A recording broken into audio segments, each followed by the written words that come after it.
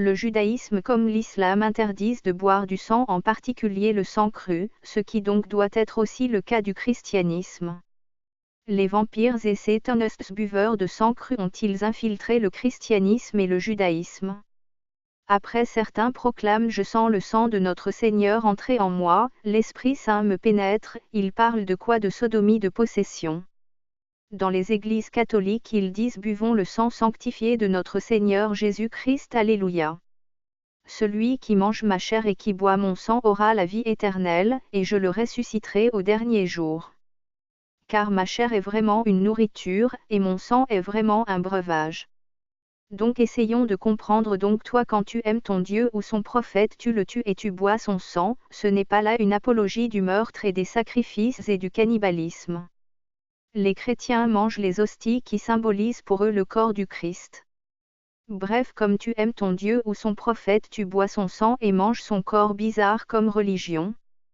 Pour le judaïsme, ce n'est un secret pour personne que beaucoup de fêtes juives s'apparentent à des fêtes cannibales et que beaucoup de gâteaux juifs ressemblent à des doigts ou des oreilles. Ce type de gâteaux ont été repris ensuite par les Africains et Maghrébins musulmans qui ont vécu longtemps au contact des Juifs, c'est-à-dire même les musulmans pratiquent ainsi sans le savoir des formes de cannibalisme virtuel.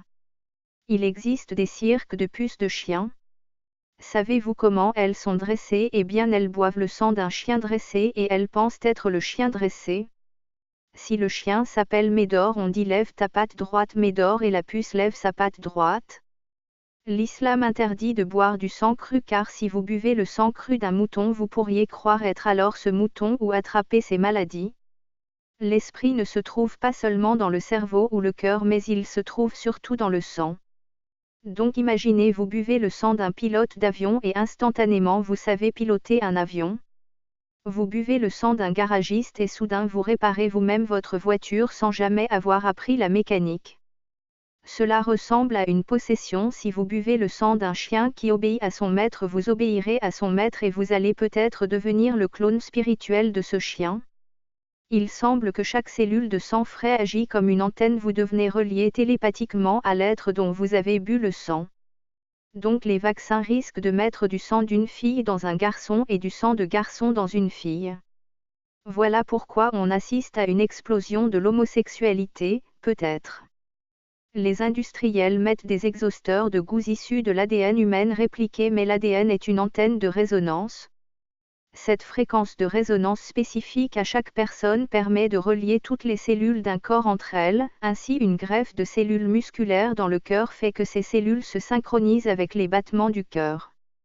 En conclusion, la mémoire et la personnalité passent par le sang. Aussi, les témoins de Jéhovah refusent les transfusions sanguines car ils pensent si vous acceptez la transfusion du sang d'un assassin dans votre sang, vous allez devenir un assassin. Imaginez si ils vous mettent le sang d'un athée, vous pourriez devenir athée, etc., etc. Que vous buviez le sang ou que vous fassiez une transfusion, cela reviendrait au même.